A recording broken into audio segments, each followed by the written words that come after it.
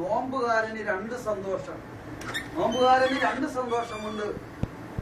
ഫർഹത്തുൻ ഇൻദ ഫിത്രിഹി. ഒന്നാമത്തെ സന്തോഷം എന്താണ്?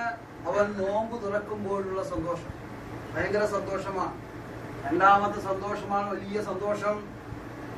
വഫർഹത്തുൻ ഇൻദ ലിഖാഇ റബ്ബിഹി.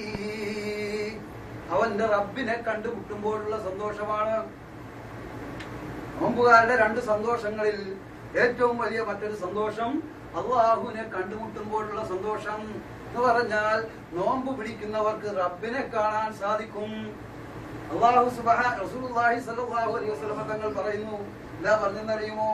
മനുഷ്യരുടെ എല്ലാ സൽക്കർമ്മങ്ങൾക്കും 1-ന് 10 ഇരട്ടിയോ 700 ഇരട്ടി വരെ പ്രതിഫലം ലഭിക്കും, നോമ്പൊഴികെ.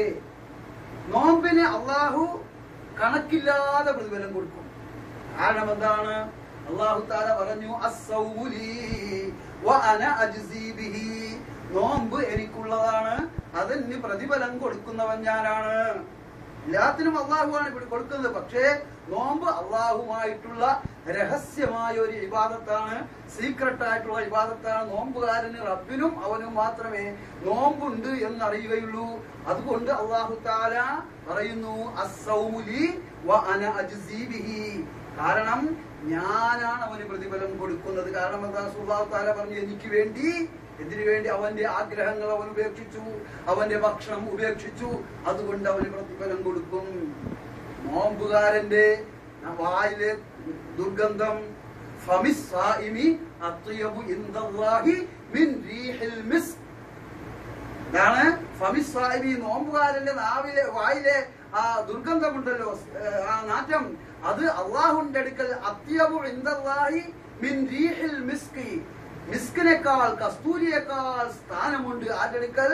അള്ളാഹുവിന്റെ അടുക്കലുണ്ട്. അപ്പോൾ നോമ്പുകാരൻ അവൻ നോമ്പ് നിയ്യത്ത് ചെയ്തത് മുതൽ അള്ളാഹുവിന്റെ അടുക്കൽ ഒരു വലിയ ഇബാദത്ത്, സീക്രട്ടായ ഒരു ഇബാദത്തിലാണ് മുഴുകിയിരിക്കുന്നത്. ആ ഇബാദത്തിൽ അള്ളാഹു സുബ്ഹാനഹു വ തആല നമ്മയും ഉൾപ്പെടുത്തി അതിന് പ്രതിഫലം ലഭിക്കുന്നവരുടെ കൂട്ടത്തിൽ അർഹമുർ റഹീമായ റബ്ബ് നമ്മെ ഉൾപ്പെടുത്തി അനുഗ്രഹിക്കുമാറാകട്ടെ.